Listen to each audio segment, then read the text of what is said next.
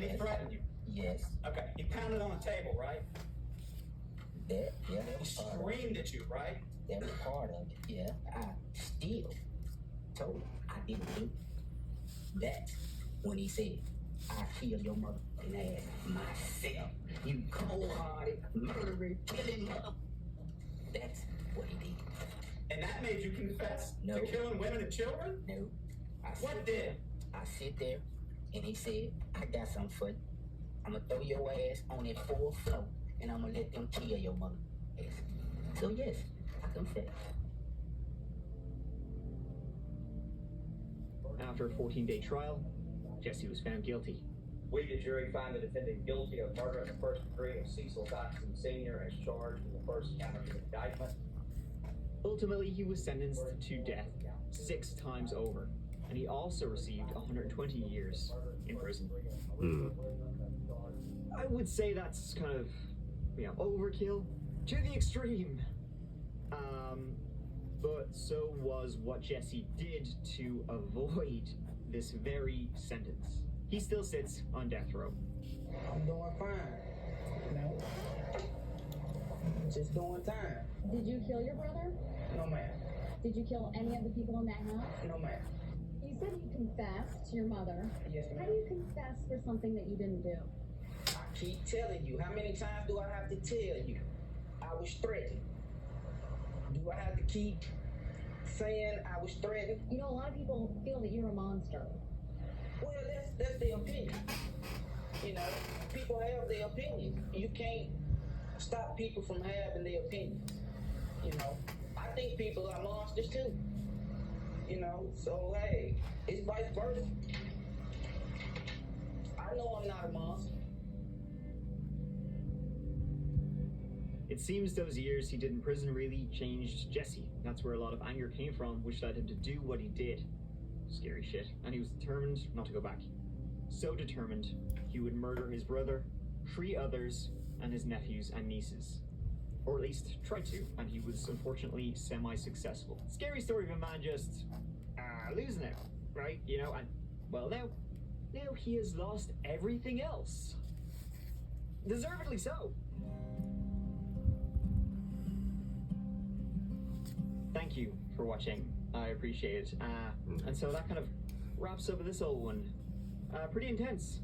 So here, if you would like to see a new true crime video twice a week, please subscribe every Tuesday and Friday. It helps out, but if not a bother. Also, you can check out if you want some of That Chapter t-shirts and so on and so forth, or to check out the That Chapter Patreon, where there's some little bonuses. You can check them out in the description below. But until the next old video, please take care of yourselves, because I love you. Mike out.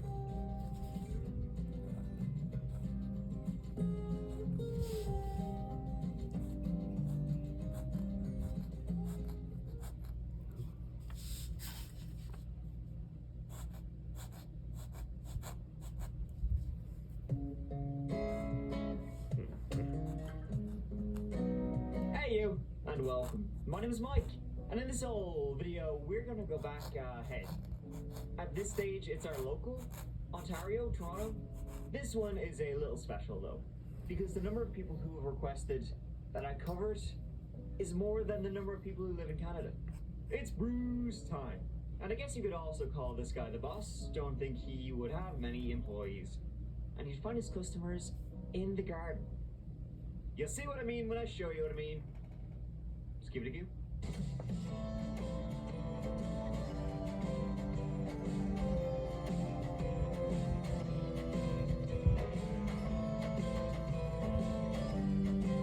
This one, hey, it's Ontario. It's our usual haunt at this stage. Been there just a few times. So this one I'm gonna skip the usual where, and let's go right back and begin at the beginning. That's when Big Bruce was Baby Bruce. BB was born on the 8th of October, 1951, in rural Ontario, the town of Lindsay. Not a lot to say about it, so I won't say a lot about it. Our bright and bouncing boy, even as a joke, I don't like saying that about him. He grew up near Woodville, another small community north of Toronto.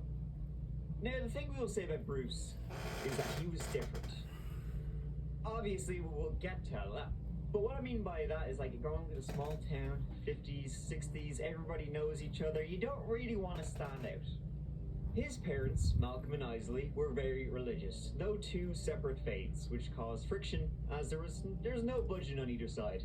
They would also have foster children, so Bruce had one biological sister and a lot of siblings. So Bruce, he figured out at a young age, when he was a young fella, that girls, not for him. Not for him. He was interested in the lads, and in a small community back in the 60s, oof, they won't like that one. So he did what a lot of people did back then, probably still do. He faked it till he made it. In high school, he started dating Janice Campbell. The only person he was trying to convince at this stage that he was straight was himself. I like dudes. Boom. Bruce and Janice got married after a few years, and then they moved to Oshawa and had 2 kids, a boy and a girl. For work, it was retail, eventually a traveling salesman wandering around Toronto. In Oshawa, he was a big part of the local church, and eventually in the early 90s, he came out of the closet to his wife Janice, who I'm sure was just blown away. They decided to stay together, for the kids, for the family, and then, not sure if Janice was part of the discussion, when Bruce decided they'd have an open marriage. You know what I mean? He's having a great time. Later, Bruce and Janice, they got into some financial shite. Bruce lost his job. Money was tight, even tighter when their son got in some legal trouble. Apparently, their son, Todd, he would ring up women, just make indecent comments. He was basically having a wank while he was on the phone to them. So that was more money out the window. And so they didn't just say bankruptcy, they declared it. Then Bruce, he decided to use this, as an excuse for a clean break, a fresh start. He divorced the missus at an age 46. Hey, never too late to start again, unfortunately for some parts of this story, and he moved to Toronto. He was, at this point, living his best life. He was happy and jolly, live, laugh, love, all that stuff. He became a regular in gay neighborhoods, really got into it, and wanted to be a part of the LGBTQ+ community. Fair play to him, good for him. Unfortunately, Bruce, he got a little bit too into it. He got into a relationship with a guy. That ended, he went to therapy and was prescribed antidepressants. And he started up a landscaping company called Artistic Design. And so to date, things weren't easy for Big Bruce. He had his hardships. He couldn't be who he really was for most of his life, and then finally, as he neared 50, it was like he really became alive in a way. He then decided to, do the opposite of that. Yeah, to others. And Bruce remained a part of the community in the Church and Wellesley area, the Village, the main LGBTQ+ neighborhood in Toronto. And though he remained part of the community didn't feel the same way. He was known as Trouble. Maybe skip this one. But when it came to having a few beers, he was grand, one of the lads, regular. Just maybe avoid contacting the Silver Fox. He was still working as a landscaper. Artistic Designs was up and running, and he was good. He was liked by his clients. He knew how to set up beautiful flower beds, planting seeds, exotic flora, and all that. He seemed to have great food for growing his plants. He was busy. Big Bruce, always driving around town in his truck, always on the go. He would hire people from time to time. They never really stuck around for too long, though. And years would go by. All good. Well, that's what people wanted to think, especially the police. In reality, a lot of men were going missing from the Church and Wellesley area, a lot of them ending up in Bruce's flower beds. Skandaraj Navaratnam was the first.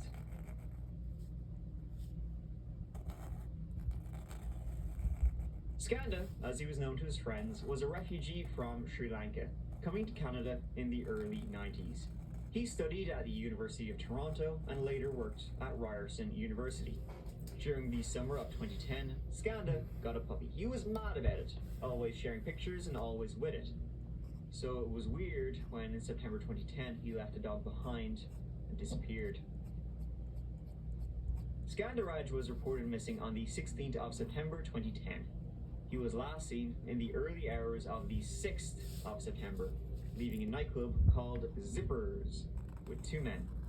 When he was reported missing, the police were told of his alcohol and drugs usage. His family thought he might have gone into hiding due to his immigration status, but there were no signs of anything wrong. Foul play, I mean. He just disappeared, leaving everything behind. His laptop was taken by the police, and although they could have done an analysis, they didn't for another 2 years. The investigation quickly came to a standstill. The police moved on. His friends and family didn't. It was the same when Abdul Basser Faizi disappeared. Abdul Basser was from Afghanistan, moving to Canada in 1999 in hopes of a better life. He worked as a machine operator, was married, 2 children. No one knew he was gay, and this secret caused him a lot of stress. He was last seen at 11 p.m. on the 29th of December 2010 at Steamworks Bath, a gay sauna. And after that, he disappeared. His wife called, his cousin called, nothing. He was reported missing the next day. No one knew where he had been for a while. He had told his wife he was going to meet a friend. His car was found on the 4th of January in an area, Moore Avenue, about 10 minutes from the sauna.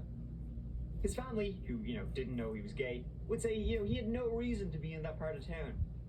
Did he, though? Now, these 2 cases were both handled by different police departments.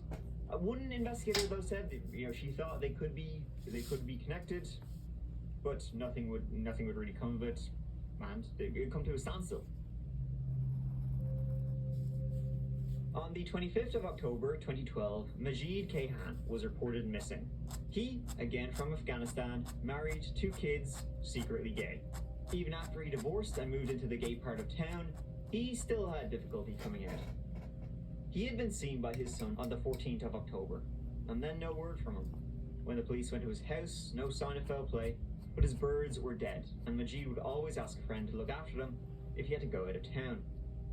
The investigation into him then began, with the lead investigator having no clue about the other 2 missing people cases. It was messed up from Jump Street. It took them a while to start connecting these missing persons. But then, Project Houston began. This was a task force set up to solve these missing persons cases. It wasn't set up, though, because links had been made between the 3 people and this would be a project then to look into. It wasn't set up because they found any links.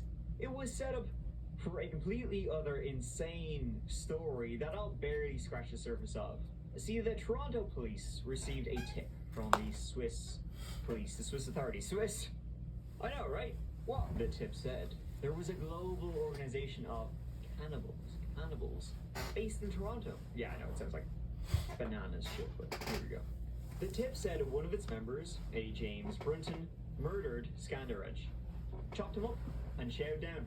At this point then, the police went to Skandaraj's family and asked, hey, by any chance, is he still missing? No one solved that yet? Bummer. To cut a long story short anyway, this James guy, he wasn't connected to any of the disappearances in the village, but the police did realize the 3 disappearances were connected. James, by the way, was a giant piece of shit. He wasn't related to disappearances at all, but he was a pedo, a molester, and he met a 15-year-old boy on a cannibalism sex website, then made the boy sign a contract saying he would be a sex slave, tortured, and then eaten. James Alex Brunton, volunteer hockey coach, sadomasochistic child pornographer. I really have nothing to say. I'm very sorry for what happened for my wife and family and everybody involved, but... Do you see anything disturbing about the chats you were having online? Yeah, but I knew they were only fantasy, and he knew they were only fantasy. So, there you have it. Moving on. So that's when the police realized something was afoot. And then, in January 2013, they came across the email address Silver Fox 81. Bruce wouldn't be connected to that for a while. But the police started thinking about, what could be going on? Who knows? Serial killer? Nah, they shot that idea down pretty quick. You must be joking. They continued to investigate what they just assumed were missing persons cases, albeit slowly. Bruce was actually interviewed in November 2013, and he was connected to 2 of the missing men, but they didn't look at him too hard. They didn't realize he'd almost killed someone back in 2001. and they didn't know he had been in a sexual relationship with Skandaraj for a time, so he knew him well. And then, in April 2014, Project Houston was dismissed. What happened to those missing fellas? God only knows. 2 months later, Bruce had his record suspended, so no one would know he'd ever been arrested at all. In August 2015, 49-year-old Sarush Mahmoudi disappeared. He was from Iran, once again married, had a stepson, and one day he left for work and never returned. The one thing noticed was that when he left for work, he took his travel bag with him, as if he knew he would be gone for a few days. He'd be gone a lot longer. He wasn't seen in the village though, so his disappearance wouldn't be connected to the others for a long time. Bruce, in the meantime, he just couldn't stay under the radar. Well, not for him.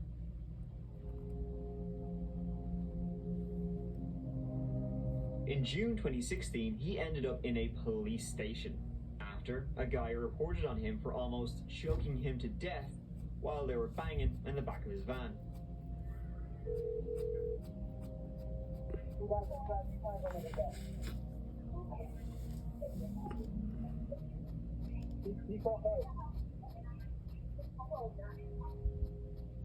Okay, he's going fast now. I'm inside the guy's van. There's Bruce. For a while, we're trying to make guy work for a while. Now all of a sudden, he grabbed me by the throat, threw me on behind my back. Grabbed me by the throat, started to strangle me. This guy managed to escape and he ran to the police. Bruce then, like before, he turned himself in.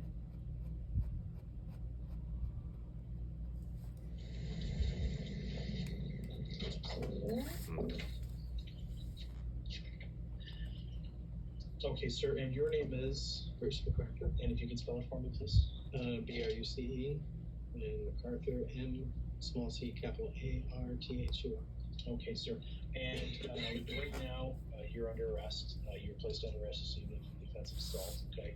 You've been brought here 232 Division for the purposes of being investigated for that offense, okay? So, an allegation has been made against you, and this officer in just a moment is going to let you know exactly what that allegation is, okay? What I'm going to do to you right now is just read you a caution and let you know that you're being investigated for the offense of assault, okay? You're not obliged to say anything unless you wish to do so, but whatever you say may be given in evidence. Do you understand? I do. Okay. Do you wish to say anything in answer to the charge? Again, do you wish to provide us a statement Yes. with some clarity as to what happened? Okay. So the allegations are that around 6:30 p.m. this evening, during the course of your involvement with him, there was an allegation made of assault, which choking was the allegation made, and that's basically why you're under arrest today for that assault. Okay. So, sir, if you would like to provide us with your account of what occurred earlier this evening. We were going to have sex, and he suggested doing it in the back of his truck since it hadn't been used yet. So it was a brand new truck. I said, well, there's more room in the back of my van. So we went to my van. So then I thought, okay, he likes it rough.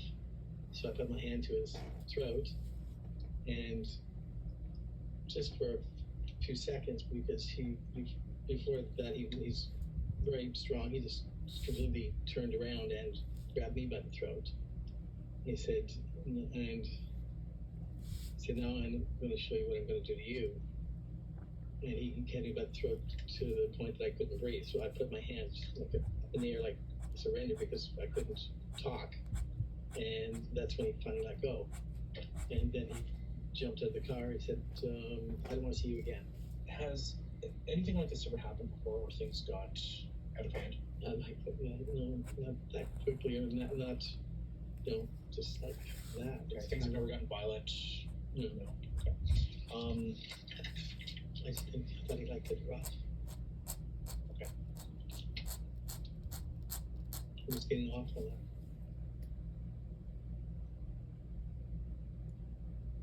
Just before we conclude, is there anything else you feel might be important to tell us before we end the interview?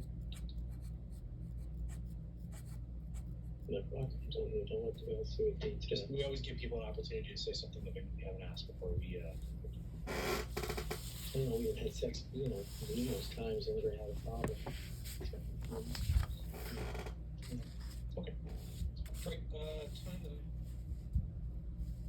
So what the guy said to the police was they'd hooked up in the back of his van, and Bruce then started just getting very violent and started choking him out. This guy barely managed to escape and ran off. Then Bruce would say, no, yeah, we were hooking up or whatever. He asked me to choke him. He consented. Just go with it. He freaked out for some reason. That's it. The police believed Bruce, that this guy was asking for it, and they let it go.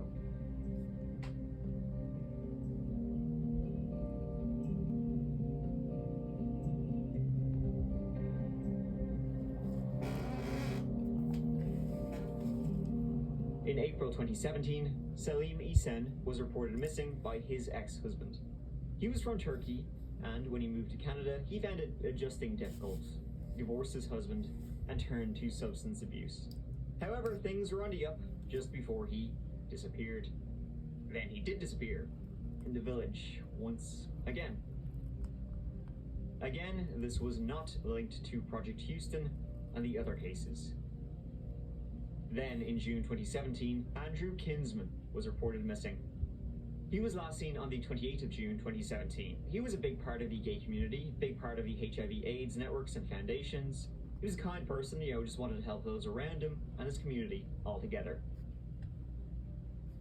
Police also provided an update on the missing cases of 2 other men in the Church and Wellesley area that has prompted this review. Police said today the cases of 2 missing men, Andrew Kinsman, who was last seen on June 26th, and Salim Isen, aren't linked to each other or to the disappearance of 3 other men who went missing from the same area years ago. Police also say the evidence does not point to a serial killer. The police searched his apartment. His beloved cat, was found without food, water, red flag. And the biggest one was this. On a calendar found in Andrew's apartment, on the 26th of June, the last day, he was seen, written on that day was Bruce at 3 p.m. In 2013, police announced their fears that the disappearances of those 3 men were suspicious and connected.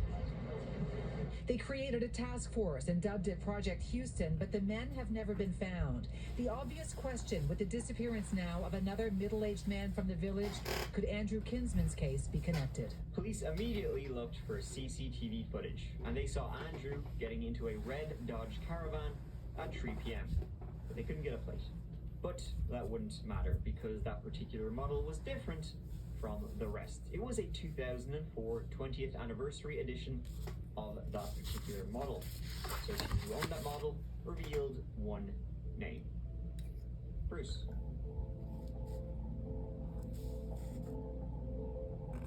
And that's when shit started getting real. A connection was made between Andrew's disappearance and Salim's disappearance. This launched Project Prism then, which would take on all of the Project Houston disappearances too. A lot of projects here, very few results. Reminds me of college. The last time 51 Division set up a task force was for this, Project Houston, the disappearance of these 3 men from the village between 2010 and 2012. All 3 disappearances deemed suspicious and connected.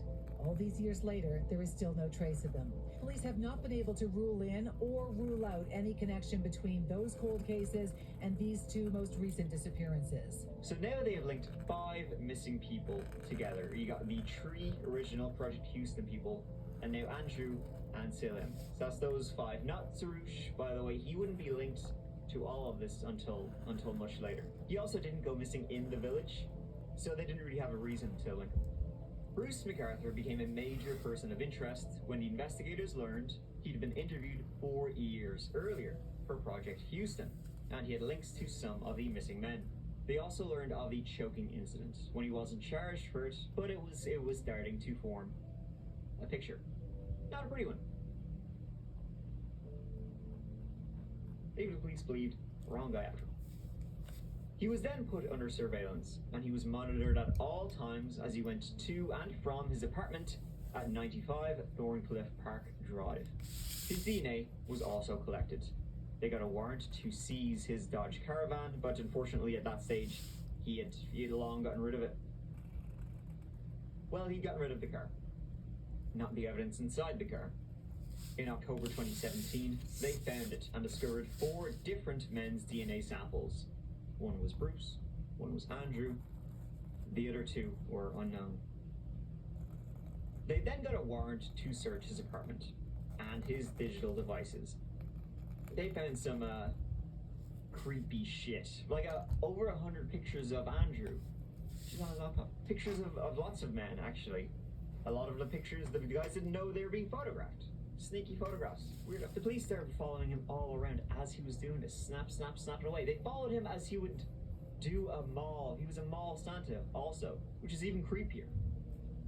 Other pictures they found were of men inside his bedroom. 2 of them were Andrew and Salim. They were naked with a rope around their necks. Very tight. So, yeah, then the police were like, right, I think we got a serial killer. Let's get him. What timing they had. On the 18th of January 2018, the police busted down Bruce's door. They were gonna get him. They were gonna arrest him. So they went into Bruce's apartment, and they found him in his bedroom. On the bed was a guy, naked, tied up, with a plastic bag over his head. And then beside was big, fat, naked Bruce, dirty dick hanging out, with duct tape. Got a duct taped plastic bag over him, over his mouth. Quite a sight. Nightmare fuel. Bruce was literally about to murder someone when the police busted down his door to arrest him for murdering other people. Bruce must have been very pissed off. Blue-balled by the boys in blue. Bruce was arrested and charged with first-degree murder. He denied everything that was thrown at him. So they kept him in custody, and they wanted to check one more thing. There was a property that Bruce stored all his landscaping equipment at. They thought, there could be something there, some clues maybe. They were right. There were 5 large pots in the garden, and cadaver dogs gave each a big old woof woof. Parts of 7 different men were found inside those pots. And on that property, they would find more. Bones, pelvises, skulls. They found too many bones, if you know what I mean. The remains found were of all the men I talked about. Skandaraj, Abdul Basir, Majid, Sarush, Selim, and Andrew. 6 men. They found 8. The 2 others were Krishna Kanagaratnam, another refugee from Sri Lanka. He was homeless and trying to avoid deportation when he was last heard from in 2015. And then also Dean Lisowick, who was homeless. When he lost his job at a bar, he struggled with drugs and became a sex worker. He disappeared in April 2016. On a USB stick in Bruce's apartment, on it were 9 different folders, each one a victim, though sometimes he didn't know the victims' names, and inside were pictures of each victim. That was the 8 murders, and then his, he hoped would be his 9th when the police interrupted by arresting him. He kept a journal and loved to document his killings. At other places Bruce worked, landscaped, they would find some hair and other remains. It's a good way to hide victims, I guess, when your job is to dig holes. The predominant motive that serial killers do what they do is a need for control. And so he's a very extreme example of a controlling serial killer in that, he's imprisoning his victims. He is keeping them after death. He was posing them in photographs. It's a very unusual age for a serial killer to begin his serial killing. The average age is around 28. So the mystery is how much of an average serial killer is he? In 2018, Bruce was charged with the first-degree murder of all 8 men. In January 2019, Bruce pled guilty to all counts. He was sentenced to life in prison without the possibility of parole until he's 91 years old. Even then, it is highly unlikely it will be granted. Let's be honest here, I do not see Bruce McCarthy seeing daylight. I do not see him in a public setting ever again. If he were to be paroled, then we'd have to start questioning our sentencing in the country. I'll take it for face value that in this case that life will mean life at the end of the day. He's eligible for parole in 25 years. That doesn't mean he's going to be free. The police obviously came under a lot of fire during and after this for not following up on missing persons cases, allegations of racism, for handling things improperly at the time, which led Bruce to continue what he was doing. So, you know, coming back to Toronto, as we do again and again, and I'm sure we will again, I think some conclusions we can derive from this is that maybe, just maybe, the Toronto Police Service, not very good, eh? The officer who investigated the 2016, choking incident with Bruce McArthur, where he was like, it's grand, don't worry about it. He was later charged with insubordination and neglect of duty, and was found not guilty of both. So, there you go. There might not have even been much of a need for Project Houston or Project Prism if they had just done Project Do Your Job. A lot of shit came out. But that just about wraps up this one. Pretty horrific what he was doing there, preying. He's a predator. Complete definition of a predator, preying on people in the community I guess he wanted to join. Wanted to be a part of, was a part of. And then like a wolf, he was just going around. Even creepier when you think you see him out there doing your garden, or putting a head in your hedgerow or something. This case, as I said, was a major one, and I really did only scratch the surface of a lot of it, especially when you're talking about the numerous controversies that surrounded this case and the fallout it led to. The primary source for this video was The Missing and Missed by a judge who actually reviewed the case, the Honorable Gloria J. Epstein. Link in the sources below if you want to read more. It's a fascinating case study. But that just about wraps up this one. Big Bruce McArthur, scary bastard. All right, Toronto, you knocked it out of the park once again. Thank you so much for watching. I really appreciate you taking the time to be here with me. Here we go on. I'll see you as always real soon in the next old video. Until then, please take care of yourselves. Love you, my gift.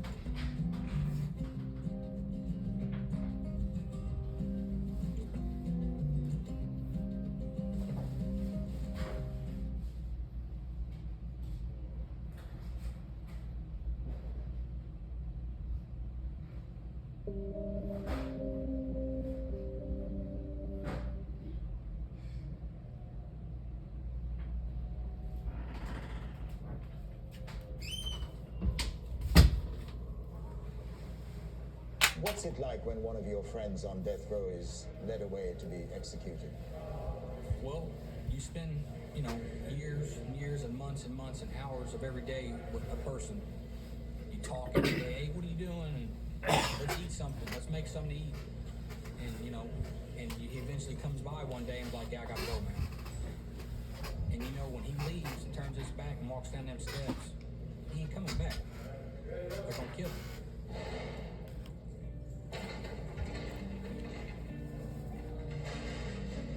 About an hour's drive south of Chicago in the state of Indiana is one of America's oldest and most notorious maximum security prisons. The majority of the 1,900 inmates here are serving long sentences for unspeakable crimes. And when I came out here, I was...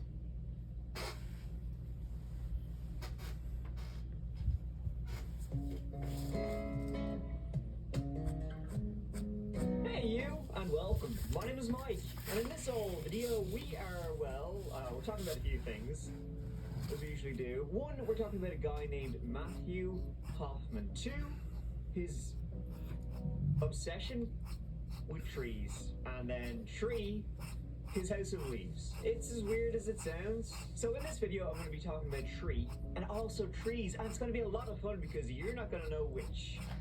I feel like we should just use this video as a cleanse. Just get it out of our system, okay? But first, we gotta get in. This story is very bizarre. I mean, come on. It's set in Ohio. It starts with a shocking disappearance, followed by a shocking discovery. So let's give it a go.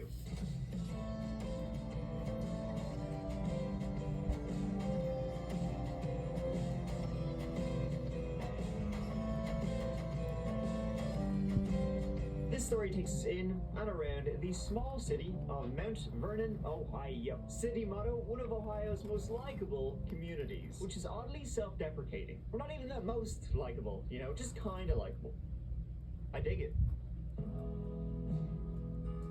It is host to almost 17,000 people, and it's an hour northeast of state capital Columbus. Not a whole lot you can find there you can't find elsewhere, other than this story.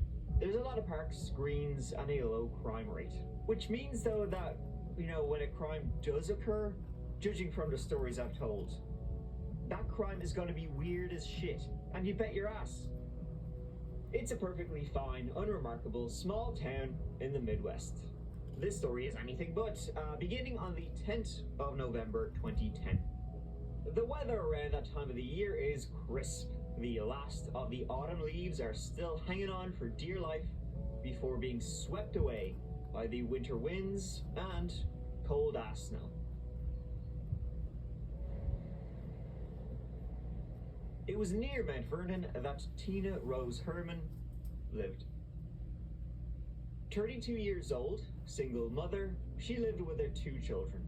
Outgoing and happy-go-lucky Sarah Maynard, 13 years old, and shy, quiet Cody Maynard, 10 years old. Her 2 children were fathered by Larry, but Larry and Tina could never make it work. And so the children lived with their mother at 481 King Beach Drive. At the time, she was actually dating a guy named Greg, but that relationship was on the rocks and looked to be soon sundered. Now, they lived in the Mount Vernon suburb of Howard, less than a 20-minute drive away, near the banks of the Apple Valley Lake. They weren't planning on living there much longer. Tina, she wanted an apartment closer to work, but it would do just fine and dandy for now. Tina, she worked at the Dairy Queen in Mount Vernon. She'd been working there for years, and she was due to... It's that old cliche of... It started like any other day. It's that cliche. On the 10th of November, she was due to start her shift at about 4 p.m. It wasn't like any other day, and she didn't. Tina Herman, when she was supposed to be in work later on that afternoon, well, she never showed up. She would usually go to work not long after her children came home from school. The manager at the Dairy Queen, unable to contact the reliable Tina, called 911 to do a welfare check that day. My employees did not show up for work this afternoon at 4 o'clock. Okay. Which is totally uncharacteristic of her. I'm very concerned about her. What's her name? Her name is Tina Herman. So the police rocked up to the house on King Beach Drive at about 7:30 p.m. Knocked on the door, no answer and no lights, so they presumed nobody home. And so the police left, assuming they'd probably gone out of town, just were off somewhere. Whatever. The very next day, though, Thursday, now the 11th of November, another woman was reported missing. Odd, in a place here where this kind of shit, people don't go missing around here. But what was even odder was that this was Tina's neighbor and good friend, Stephanie Sprang. Stephanie was 41 years old, had 3 children, and was a native of Mount Vernon.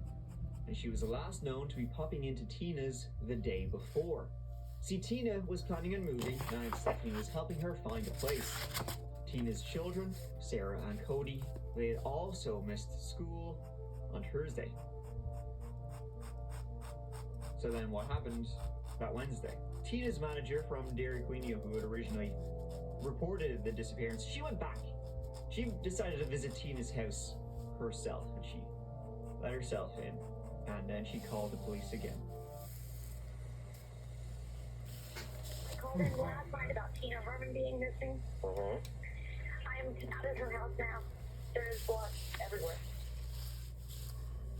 It was not pretty. Whatever happened right inside the door, and it had been bad.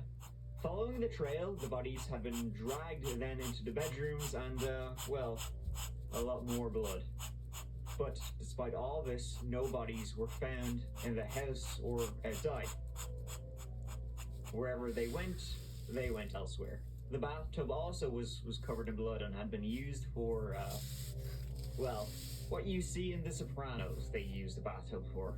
So, 4 people missing, 2 women, 2 children, and a very gruesome scene left behind. Some clearly must have been just butchered, and perhaps others kidnapped. As to clues in the house about what could have happened, well, some of the stains were right by the door, so as soon as whoever came in, they were attacked. Groceries were in the kitchen, but not put away. Again, we can assume that they were attacked not long after entering. We can probably say those were left by Tina, and the receipt showed they'd been bought around 12 p.m. So Tina, that morning, she'd been out and about, doing some errands, and came home with a few bits and bobs, brought the bags into the kitchen, and before she could put them away, she was attacked. Then Stephanie, she was due to pop over then early that afternoon, and so we can assume due to the scene, she came over to help her friend, and instead there was someone there. And then the two children came home from school. Another clue was that the garage door was off, so perhaps someone entered via that. In the garage was more blood, and Tina's truck was missing. The killer may have put everyone in her vehicle, and off they went. But at least they knew they were searching for something, and they had something in particular, so, the usual bolo, be on the lookout, went out. Finally, the last clue was a Walmart bag. It had tarps in it, like no receipts, but you don't necessarily need one to track down where and when it was purchased and get CCTV. The police did their due diligence. Neighbors questioned if they saw anything. Her soon-to-be ex-boyfriend interviewed. Nada. Greg, who would be, the most likely suspect, he also just, so happened to be out of the house when this all happened. But his alibis checked out. He was in work. No chance he hadn't been.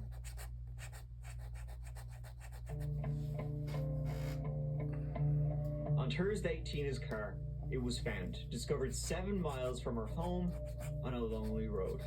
No bodies were inside. In fact, it was, in comparison to the house, remarkably clean. So then, due to that, the police suspected there must have been a second vehicle that they were transported to. The Walmart items were tracked down. They dogged them. And those items had been purchased around Wednesday night, Thursday morning at the local store. This gave them footage of the purchaser, and it was just a dude. Regular bloke.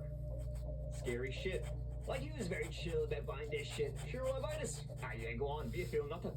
From the footage, they could see his car. Didn't get a plate, but it was a Toyota Yaris. And so they well went from A to Z of all Toyota Yarises in Knox County, and an image of who owned them. Then comparing that, with the guy in the CCTV footage, it led them to this. Ladies and gentlemen, we got him. The boyo's name was Matthew Hoffman. A quick search of any history was done and dug up. Matthew was 30 years old, a local. His parents had a house on Apple Valley Lake. He had spent time in prison, 6 years in Colorado in 2001 for arson and burglary. Seems this guy had sticky little fingers and was a bit of a firebug too. He had a history of burglaries. Notably, as he worked as a handyman, he could gain access to houses pretty easily. In 2000, when he was 20 years old, in Steamboat Springs, Colorado, he robbed a house, set it on fire to cover up the robbery as he was worried his fingerprints would be detected, and then drove off in a stolen car. The fire spread and destroyed multiple houses, causing over $2 million in damages. He now lived in Ohio, working as a tree trimmer. He was an odd man. His favorite meal was the squirrels he found in his garden. He was well known as the local weirdo. He had been dating a woman, but that ended in 2010. And he eventually lost his job too as a tree trimmer due to being kind of unreliable. And well, for old Matthew Hoffman, reality, it kind of became a distant memory. Unfortunately for everyone else, this was very real.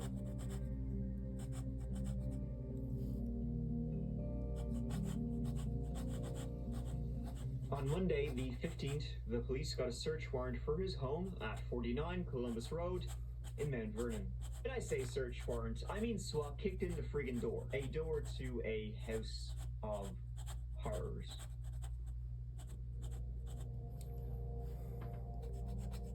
They struck at dawn and were first greeted by leaves, of all things. Leaves inside the house. Bags upon bags of leaves, leaves covering the floor, feet high. And Matthew, sitting on his couch, slack-jawed. He was booked immediately, and the House of Leaves was searched. The leaves were so thick, anything could be underneath them. Searching the house, the upstairs, they found nothing. No sign of the missing four. Until they got to the basement, that is. More leaves, more bags, and on a bed made of leaves, they found 13-year-old Sarah Maynard. She was okay, she was alive and relatively unharmed. None of the others, though, were found. The leaves were weird as shit and spooky, but not as frightening as what happened on the 10th of November.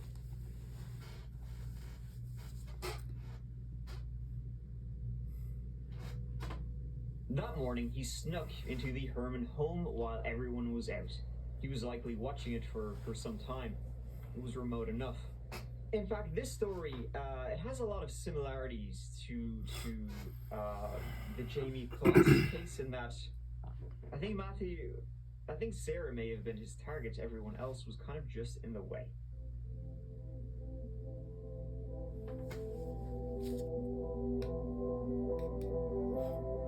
So he entered the house via the garage door, and when Tina came home from grocery shopping, she was attacked. Then Stephanie came over, and she too was attacked as she entered the house where a still waiting Matthew lay. The family dog, a small thing, that was in the house too, and he killed the dog too. Then that afternoon, the kids entered the house, not knowing, not aware that a crazy psychopath was waiting for them. As soon as they entered, he sprinted at them. Cody was attacked, and Sarah managed to run to her room. He kicked down the door and tied her up and blindfolded her. He then drove and switched cars and came home. He handcuffed Sarah to a pipe in the basement, only giving her cereal with rotten milk. This all came from Sarah in the hospital. Matthew, he was not in too much of a conversational mood. He didn't really say word one. Hey, Matt. I'm Roger Brown. I'm a detective here at the sheriff's office. Okay? Okay, you want to take your hat and stuff off? Coat? Alright with you? If I take them cuffs off and put them in the front, is that going to be a problem? Okay. Alright, let's do that then. Alright, Matt, go ahead and stand up here for me. You guys have to turn around. You can just face the wall for me. Okay? You kind of understand what's going on here, Matt? That's it. We can explain all this to you if you want to talk to me, okay? I think you know what we want to talk about. But we need to find some people. Matt, can you hear me? The only reason that I don't know where Tina, Stephanie, and Cody are is because we had to spend a lot of time at the scene. Okay? We will know. We will find them. And if it's going to come to it that it's not with your help, then so be it. But I'm going to be the first guy to tell the jury that. I guarantee you. But I sat in an interview room with this guy, and all he wanted to do is close his eyes and blink them until I walk out of the room. And then he opens his eyes and gets his drink of water. Now, am I a prudent person? What kind of person do I think that is? Well, one of two things. Either you're getting your composure together, you're thinking things out, thinking what to tell us, or you don't give a shit about anybody. There's about 12 hours of it, and he says absolutely nothing. He does, however, sign something. You know, other people, there's family members out there of other people, and all they want is closure. That's all they want. They've been up for days like you and I have, you know? Heart. Hurts. I don't understand sign language, man. Is that your heart? You're saying heart? Broken. Your heart's broken? Because of what happened? No. Someone broke your heart? And they had no idea where Tina, Stephanie, and Cody were. He wouldn't say anything. In fact, until the prosecutors said, "We will remove the death penalty if you tell us where Tina, Stephanie, and Cody are," well, he agreed. Agreed on condition that the police shoot him in a faked escape attempt. Here, lads, would you mind just killing me and then say I tried to make a run for it? The only thing the police shot was that down. They said, how about no? He stopped talking for about 2 more days until he finally relented. Matthew would claim that it was a burglary gone wrong, that old one, and that he never meant to kill anyone. He just did, horrifically, as an accident. He tripped, fell, and somehow butchered them. He'd just been there to rob the house. He said that he'd been in the house and Tina came home, and he was surprised. So he tried to knock her out with a blackjack he had. He hit her and hit her and hit her. She wasn't getting knocked out, he failed, and then panicked when Stephanie came home. So he killed them both. Cap. And then the kids came home, and the whole situation escalated and escalated into what happened. He said,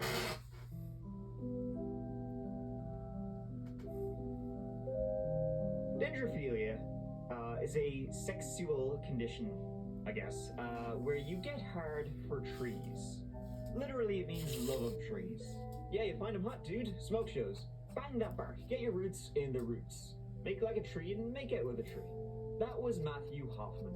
Hence the leaves in his house. They were everywhere, and it would have taken some time to get him. Some time I'm sure he enjoyed.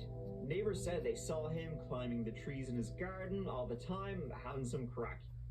And so, when he finally told the police where the bodies were, it made sense.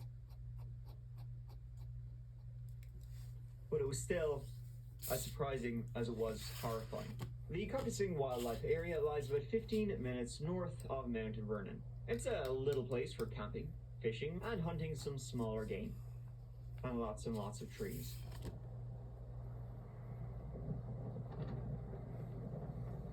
Matthew directed them to one in particular, a hollowed out tree. Inside that 60-foot tall tree were the tree bodies. They had been dismembered and stuffed inside.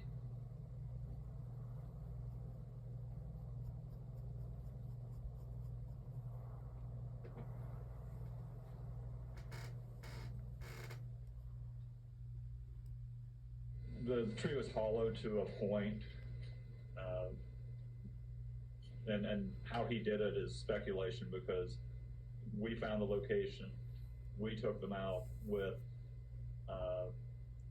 part of the reason we took them out that we did, the way that we did, and we cut the part of the tree away, is our priority to not only to recover them, but to recover them with sensitivity and with dignity for the victims and for the victims' families. Matthew Hoffman pleaded guilty to the 10 counts against him, including aggravated murder, sexual assault, kidnapping, and gross abuse of a corpse. At this time, as my understanding, Mr. Hoffman is prepared to plead guilty to all counts. And Mr. Hoffman, do you understand everything that's been said here today? It's been indicated to me that you desire at this time to enter a guilty plea to counts 1 and counts 2 of the indictment, charges of aggravated murder and unclassified felony. Is that a correct statement? It's also been indicated to me that you desire to enter a guilty plea. And is it? Mr. Hoffman has asked me to make a brief statement. That is simply, family deserves to know this was a random burglary. It went terribly, terribly wrong. No one person, no family was singled out. It's tragic. Can't undo what is done. Powerless.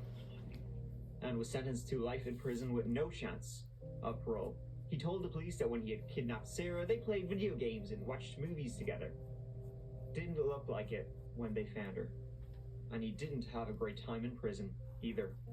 I asked about how her son is adjusting to prison life. She said he's had some difficulty, experiences mild forms of panic attacks, and to this day has never spoken a word about the murders.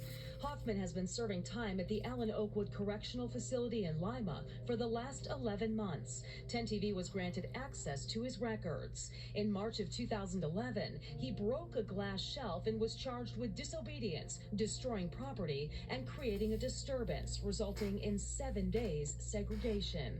He's also had minor conduct reports for being out of place, a visiting violation, and refusing an educational test.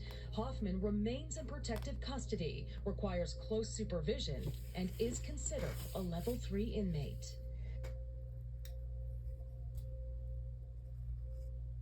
Insane story.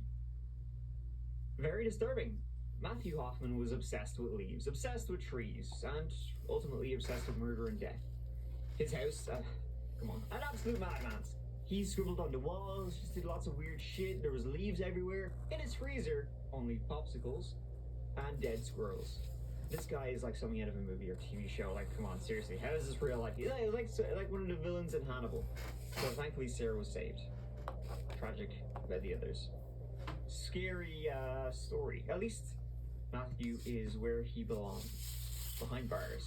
Good luck finding trees there, dickhead. Thank you so much for watching. I really appreciate taking the time to, get to the end of the video and watch it. And I hope you found it interesting and all that scale. Right here. Go on. I'll see you as always real soon in the next one. You know it. Until then, though, please, really, take care of yourselves. I love you. Oh my God.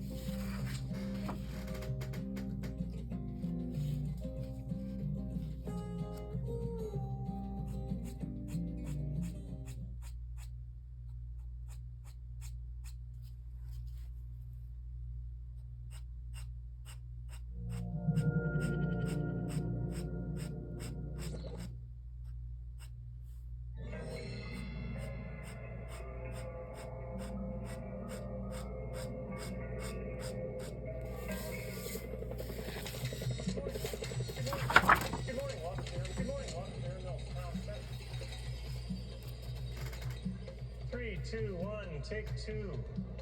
Good morning, welcome to Erin Mills Town Center, the home of the world's largest permanent point of purchase video wall installation. My name is Calvin Fluke and I'm your video host.